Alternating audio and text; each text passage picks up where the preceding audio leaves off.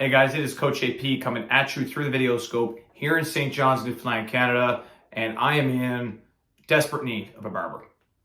My hair is just absolutely outrageous right now. I look like Jimmy Neutron. However, we're going to be talking about the East Coast Blizzard of the Under-18 Major Hockey League here in Newfoundland. We've done every team so far. All the links to the videos are in the description below. So if you want to watch your favorite team or your team from your region, check out the links below. This is the final stop of the 5-team circuit that we have here in the province. Start off with coaches. And the coaching staff has been completely overhauled from the season before. There's only one name back, and that is Mike Lee.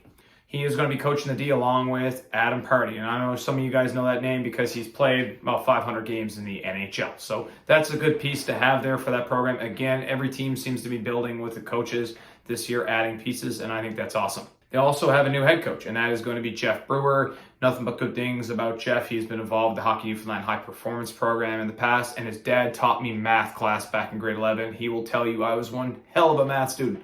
I'm just kidding, I sucked at math. And Brandon Cabaflash, who I had coached many, many years ago back in, say, the little elite travel teams, and that makes me feel very old that I've coached kids that are now coaching. Crickets. Let's get into the D. Now, the defense this year, I think Evan Cross is going to have a great season. If he can stay healthy for a 32-game schedule, I think he's going to have some pretty good numbers. Harry Smith returns. He was an AP last season. I think that he's going to definitely take the next step in his development because he is an absolute workhorse. He is going to try to make his game better every single day, every single hour, every single minute. I'm even going down every single millisecond because this man just cares about his game. I think that he could be winning that most improved award if there is one this year in that league, but you know, that kind of one that players talk about and be like, man, that guy's after getting a lot better. He is definitely in that conversation. You've also got Michael Pilgrim coming up in 07. He is a big right-handed shot. For those of you who are Q scouts, definitely got to be taking a closer look at as he is a first-year eligible player.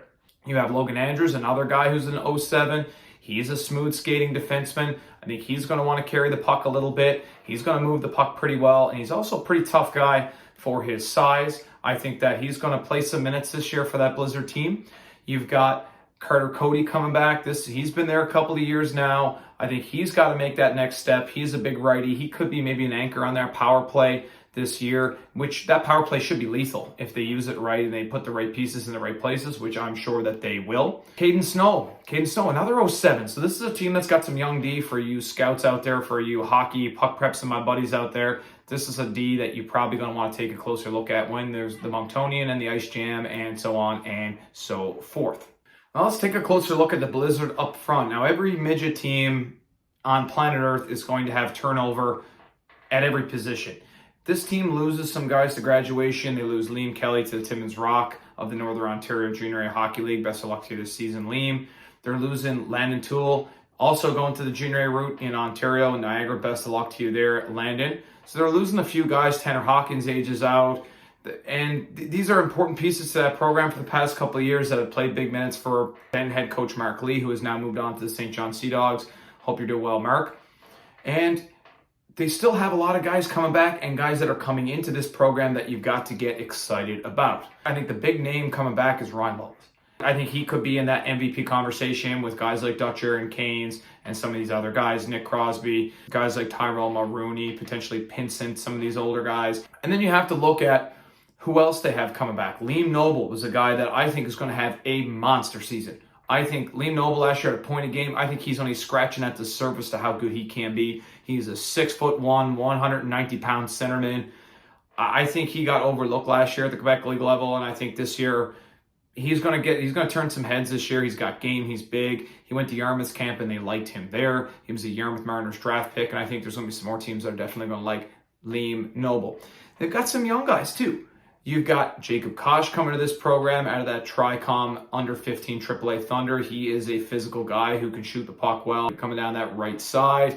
You've got Ashton Farrell, who's a smart player. You've got Jake LeDrew coming in. This is his first season. Luke Marnell's developed now. He didn't make the team last season, but he came back with a great attitude this summer, got better, and he is going to be a good player for them this year. I really think he is going to be a sneaky good hockey player for that program this year. And you've got your incumbent guys, too, that have been playing midget now. This is their third year. You've got guys like Vokey. Vokey's a good energy guy, good up and down the wing leader. I think he's going to be kind of like a Ronan Witten-Androvich type of guy this year in this league.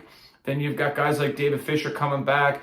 He's going to get some minutes this year, losing Toole, losing some guys on that wing, losing Kelly, losing Wicks down the wing. So they're losing some guys in the wing. I think Fisher's got to step his game up, and I think he will. Best of luck to you this year, David. Rounding out that forward class, you've got Noah King coming back. He's been there a couple of years now. He went to South Shore Camp in the Maritime League. I think he's going to be one of the top 200-foot players in the league.